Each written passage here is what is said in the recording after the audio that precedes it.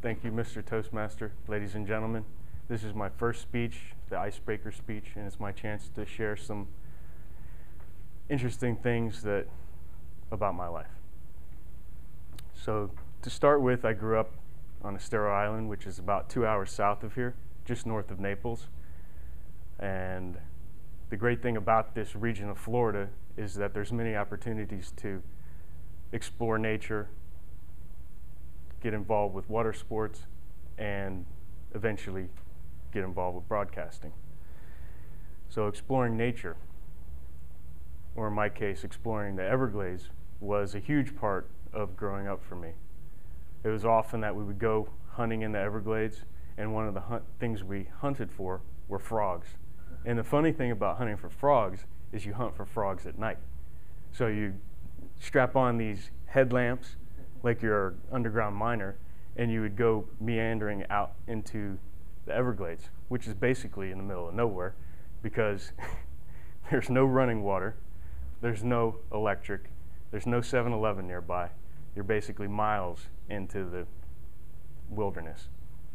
So you go wandering for these frogs, and you look at places along the banks, and you would see their eyes shining back at you.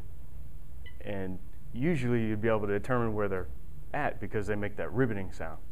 And so the great thing about this type of experience growing up, I was around 9 years old, and the great thing about that experience is you begin to understand the importance of the natural world and how you can sustain life from living in the natural world.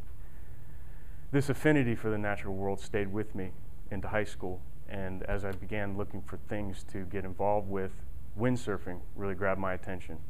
And the thing about windsurfing is that it incorporates the wind, the water, the natural environment, and you really have to have a respect and an understanding kind of what's going on with all those factors and your place within it.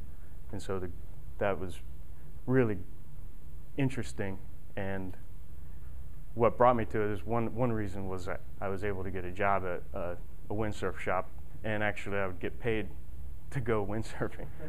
So that was really great. And as my knowledge for this area of windsurfing grew, I started looking for colleges that had windsurfing and that sort of thing. And Ecker College, which is in St. Petersburg, has a sailing program, and I applied to the sailing program and applied to the school. I got in and was on an athletic scholarship. It would have been great if it would have covered all the tuition because the school's pretty expensive.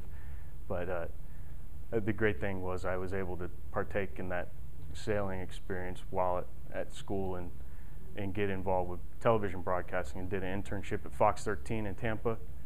And then that brought me back to the Estero area and got a position as an editor at the local PBS affiliate. And ironically, a lot of the projects we ended up working on dealt with the Everglades and the natural world and that sort of thing. And as time wore on there, my wife and I decided we should probably move to a location that didn't have only,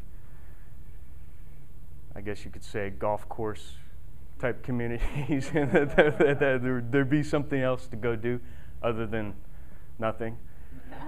So we decided to move north because a lot of her family's up here and she wanted to be closer to them. And I figured that there was probably no likelihood of getting a job in this economy, so I applied to the graduate program in entrepreneurship and hoped to be able to bridge this understanding and affinity for the natural world and the technical world that I learned in broadcasting, and hopefully launch a viable business one day.